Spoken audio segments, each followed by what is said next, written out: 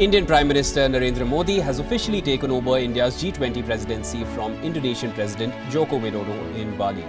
From the very outset, the Republic of India was a reliable partner and friend. Modi, the Prime Minister of India, was right when he said, "Time is not for war." We note India and Brazil in particular as key international actors and worthy candidates for permanent membership within the Council. Jamaica was able to secure its first life-saving vaccines from India, while others chose to withhold supplies. India's vaccine outreach exemplified its principles of equality and mutual benefit. I just purchased a beautiful dress by using a technology that's Google Pay. And I'm not even surprised because I know India is the pioneer of digital technology. Hello YouTube, welcome to Unskew, a nation with 1.4 billion dreams, a selfless society which helps others even when the most powerful step back, world's most advanced digital economy, a great military might and the largest democracy, readying to lead the world towards better and peaceful future. And we have an organization with the world's most powerful and richest nation, an organization which accounts for more than 80% of the world's GDP, 75% of the world's trade and 60% of the world's population. For the next 1 year, we have India, a nation on the rise recently, leading the G20. There are a lot of hope and expectations from India, not just by the member states, but also from the nations for whom India could become a voice. One earth, one family, one future. Vasudhaiv Kutumbakam, an ancient text taken from Maha Upanishad, which means the world is one family. This is the theme of India's G20 presidency. G20 is an intergovernmental economic forum comprising of 19 countries as well as the European Union. The G20 is an all-purpose platform for diplomacy. The group comprises of countries like Argentina, Australia, Brazil, Canada, China, France, Germany, India, Indonesia, Italy, Japan, Mexico, Russia, Saudi Arabia, South Africa, South Korea, Turkey, US, UK and the EU. Spain is the permanent guest, as are the UN, the African Union, the ASEAN nations and the World Bank. Formed in 1999 to broaden the scope of G7 with an inaugural meeting in Berlin, the G20's primary goal is to prevent the global financial crisis. Every year, the host nation, known as the Presidency, invites the guest countries and the global and local organizations to participate, broadening the forum's representation. This year, Indonesia has invited the UAE, Singapore, Cambodia and Ukraine. The presidency rotates with the host country working together with its predecessor and successor, known as Troika, to ensure the continuity. Italy, Indonesia and India make this year's Troika. G20 do not have any permanent secretary. The group's agenda and coordination is done by the leaders' personal representatives known as Sherpas. Along with the Sherpas, we also have meetings of finance ministers and the central bank governors to set the agenda, which culminate into the main conference. At the end of the conference, a statement is issued with the commitments and the visions drafted from the chosen recommendations and deliverables arrived at the meetings. Nothing is binding though. There is no enforcement beyond the peer pressure. Most of what is announced at the summit has been decided in the pre-summit talks between the officials who do the diplomatic work for the leaders who then attend the main event.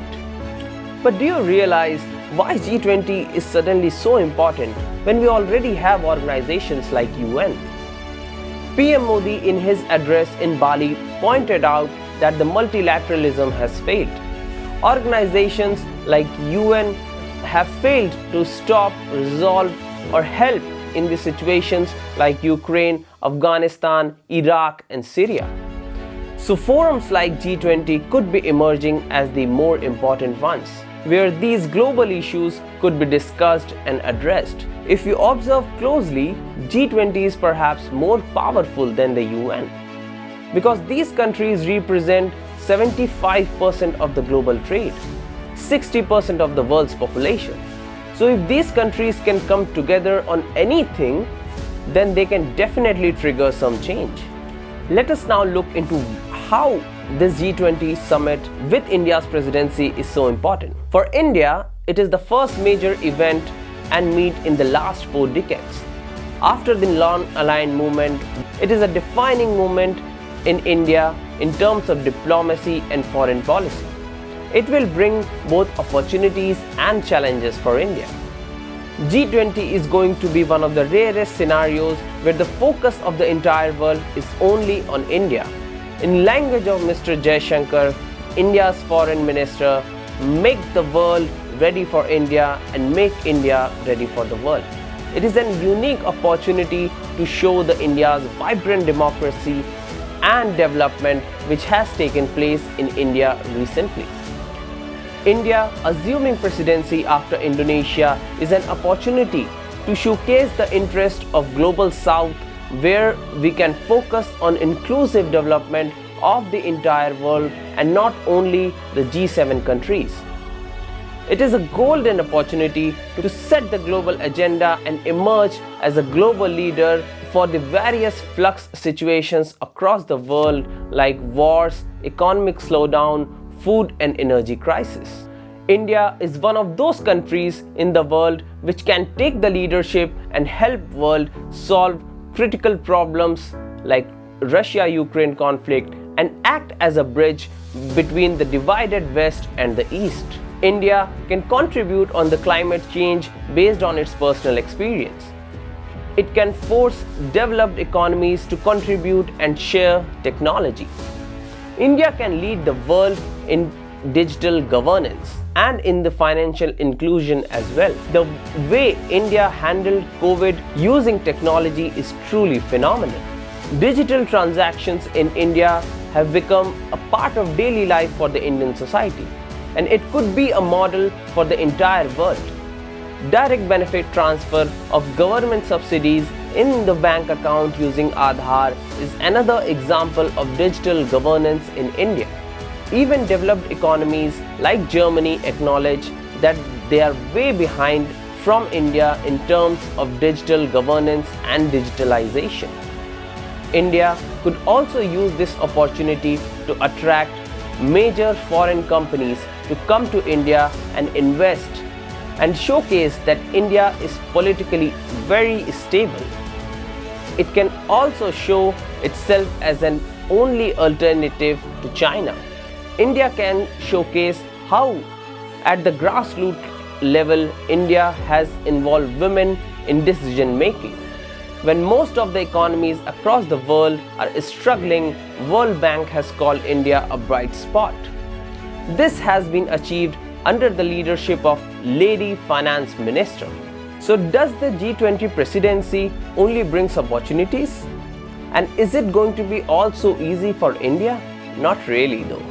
Navigating through the current global crisis like balancing between the West and Russia, issues between US, China and even China and India is not going to be so easy. It is going to be a tightrope walk for India. Representing Global South will pose both challenge and opportunity for India. India is an emerging economy and not a traditional developing country. India is part of both trade unions of the world as well as the management of the world. India is President of Security Council, SCO Summit and now even the G20 President. It is also part of all the other major organizations. So India will have to prove its credentials to the Global South, which is aware of the fact that India is on the management table and not like them. This is gonna be challenging for India. India have to take a clear stance on certain global issues it can no more follow the middle path so easily. So if India wishes to be a leader, it probably will have to take a hard stance. Sustainable development goals are really under threat since the pandemic began, and now after the Russia-Ukraine war. India will have to get everyone on track in terms of achieving these goals. So overall, this is going to be a really important summit. Both India and the world hope a lot to achieve from this G20 summit. We hope it gives a more tangible outcome to the world. If you like watching such videos, please subscribe to our channel, and thank you for joining us today. Have a good one.